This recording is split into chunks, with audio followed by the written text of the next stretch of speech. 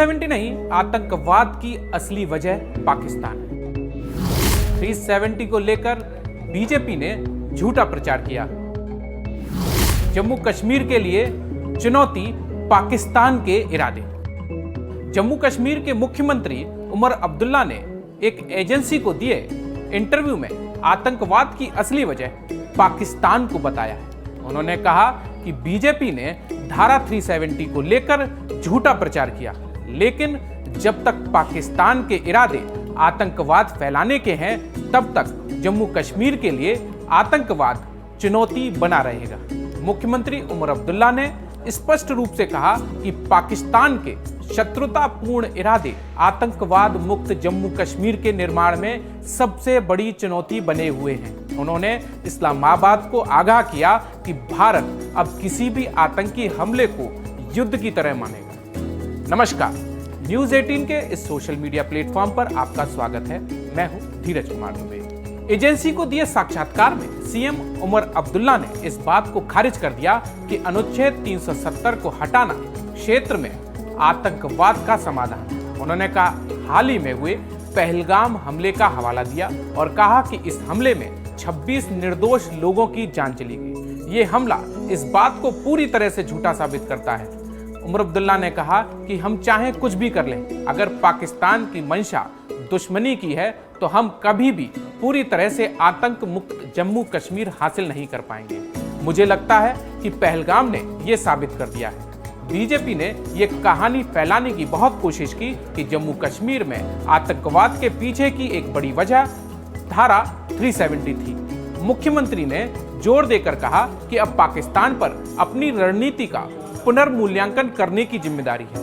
उन्होंने नई दिल्ली के रुख में एक महत्वपूर्ण बदलाव को रेखांकित करते हुए कहा कि भारत सरकार ने आक्रामकता की कार्रवाई के लिए मानदंड तय किए हैं। सबसे बड़ी चुनौती पाकिस्तान को यह समझाना है कि इस तरह की गतिविधियों को उसका समर्थन हमारे लिए बुरा है, लेकिन ये पाकिस्तान के लिए भी और बुरा है। अब भारत सरकार ने जो स्तर तय कर दिए हैं कि किसी भी हमले को युद्ध की कार्रवाई माना जाएगा, उसे देखते हुए पाकिस्तान को गंभीरता से सोचने की जरूरत है कि क्या वह अपने पड़ोस को युद्ध में धकेलना चाहता है। पहलगाम आतंकी हमले पर उमर अब्दुल्ला ने कहा कि 26 लोग मारे गए, 26 निर्दोष लोगों की बेरहमी से हत्या कर दी गई। चूक कहाँ हुई? इस पहलगाम की घटना ने दो देशों, दो परमाणु शक्तियों को युद्ध की ओर धकेल दिया। पहले के कदम पर जो पहला ऑपरेशन सिंदूर चलाया, ये एक सराहनीय कदम है। हमें सोच समझकर फैसला लेना होगा और अमरनाथ यात्रा के बाद सभी बंद क्षेत्रों को फिर से खोलना शुरू करना होगा। सामान्य स्थिति की पूर्ण वापसी जरूरी भी है और लंबे समय से अपेक्षित भी। जम्मू कश्मीर के मुख्यमंत्री उमर अब्दुल्ला ने इंटरव्यू में आगे कहा कि पाकिस्तान की नीयत जब तक नहीं बदलेगी, जम्मू कश्मीर को आतंक से मुक्ति नहीं मिल सकती। उन्होंने चेतावनी भी दी कि अब भारत हर आतंकी हमले को युद्ध की तरह देखेगा और जिम्मेदारों को जवाब देना होगा। जम्मू कश्मीर के मुख्यमंत्री उमर अब्दुल्ला ने कहा कि पाकिस्तान की विरोधी मानसिकता जम्मू कश्मीर को आतंकवाद मुक्त बनाने में सबसे बड़ी बाधा है। अगर भारत अब किसी भी आतंकी हमले को युद्ध की कार्रवाई के तौर पर देखता है, तो पाकिस्तान को अपनी नीति पर गंभीरता से पुनर्विचार करने की जरूरत है। एजेंसी को दिए इंटरव्यू में उमर अब्दुल्ला ने साफ किया कि 370 हटाना आतंकवाद खत्म करने का हल नहीं था। उन्होंने पहलगाम आतंकी हमले में 26 निर्दोषों की जान जो गई, उसके बारे में हवाला दिया और कहा कि इससे स्पष्ट हुआ कि समस्या की जड़ पाकिस्तान की नीयत में है, ना कि संविधान के किसी प्रावधान में। अगर पाकिस्तान की नीयत खराब रहेगी तो हम जम्मू कश्मीर को कभी भी पूरी तरह आतंक मुक्त नहीं बना पाएंगे। मुख्यमंत्री ने आगे चेतावनी में कहा कि अब भारत सरकार ने आतंकी हमले को लेकर अपना रुख बेहद सख्त कर लिया है। अब किसी भी प्रकार का हमला सीधे युद्ध की तरह देखा जाएगा। इससे पाकिस्तान को यह सोचने पर मजबूर होना पड़ेगा कि क्या वह पूरे क्षेत्र को युद्ध की आग में झोंकना चाहता है। उमर अब्दुल्ला ने पहलगाम हमले पर उपराज्यपाल मनोज सिन्हा द्वारा सुरक्षा चूक को स्वीकारने की सराहना की, लेकिन यह भी जोड़ा कि यह स्वीकार करना काफी नहीं है। अब जिम्मेदारी तय होनी चाहिए और कार्रवाई भी होनी चाहिए। मुख्यमंत्री ने कहा कि उनकी सरकार पर्यटन स्थलों की सुरक्षा समीक्षा कर रही है और अमरनाथ यात्रा के बाद बंद स्थलों को दोबारा खोलने की तैयारी है। उन्होंने भरोसा जताया कि जम्मू कश्मीर फिर से सैलानियों की पहली पसंद बनेगा। पर्यटन हमारी अर्थव्यवस्था का अहम हिस्सा है और इसे सामान्य बनाने के लिए हमें अपनी सुरक्षा व्यवस्था दुरुस्त करनी होगी। पाकिस्तान पर बरसते हुए उमर अब्दुल्ला ने आगे ये भी कहा कि हम चाहे कुछ भी कर लें, अगर पाकिस्तान की मंशा दुश्मनी की है तो हमें कभी भी पूरी तरह से आतंक मुक्त जम्मू कश्मीर हासिल नहीं कर पाएंगे।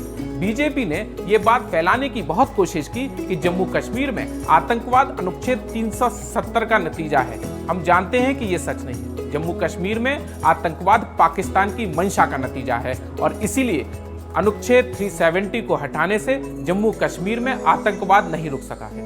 पहलगाम आतंकी हमले में ऑपरेशन सिंदूर के बाद अगला कदम जिम्मेदारी तय करना होगा और फिर सजा दिलाना है। मुख्यमंत्री उमर ने इस बात पर आशा व्यक्त की कि क्या उनकी सरकार पहलगाम हमले के बाद पर्यटन को पुनर्जीवित करने की महत्वपूर्ण आवश्यकताओं के साथ नाजुक शांति को संतुलित कर पाएगी। इस पर उन्होंने कहा कि हमें अपनी सेनाओं पर पूरा भरोसा है और वे सही काम कर रहे हैं और यह सुनिश्चित करेंगे कि पहलगाम के परिणाम स्वरूप जो भी कमियां सामने आई उन्हें दूर किया जाएगा। उन्होंने पर्यटन को फिर से शुरू करने के लिए अपनी सरकार के प्रयासों पर जोर देते हुए कहा कि पर्यटन जम्मू कश्मीर की अर्थव्यवस्था का महत्वपूर्ण हिस्सा है। इससे बड़ी संख्या में रोजगार मिलते हैं और चूंकि जम्मू कश्मीर एक आकर्षक पर्यटन स्थल है, लोग वास्तव में यहाँ आना चाहते हैं। हाल ही में पर्यटकों की धीरे धीरे वापसी एक उत्साहजनक संकेत है जो उन्हें वापस लाने के लिए देश भर में आयोजित कार्यक्रमों में भाग लेने के लिए उनकी सरकार के सक्रिय प्रयासों का परिणाम है।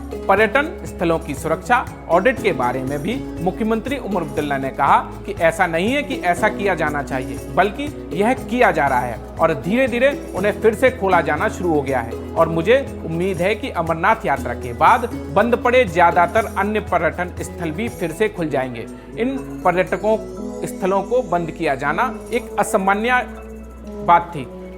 हमारे पर्यटन स्थल कभी बंद नहीं हुए। सबसे बुरे दिनों में भी पर्यटन स्थल बंद नहीं हुए, जो उनके अनुसार ऐसी स्थिति नहीं थी। उन्होंने एक सुविचारित निर्णय लेने की आवश्यकता पर जोर दिया और कहा कि यदि ऐसा नहीं है तो हमें एक सुविचारित निर्णय लेने की आवश्यकता है और अमरनाथ यात्रा के बाद सभी बंद क्षेत्रों को फिर से खोलना शुरू करना चाहिए। देश विदेश की खबरों के साथ जम्मू कश्मीर, लद्दाख और हिमाचल की खबरों के लिए सब्सक्राइब कीजिए।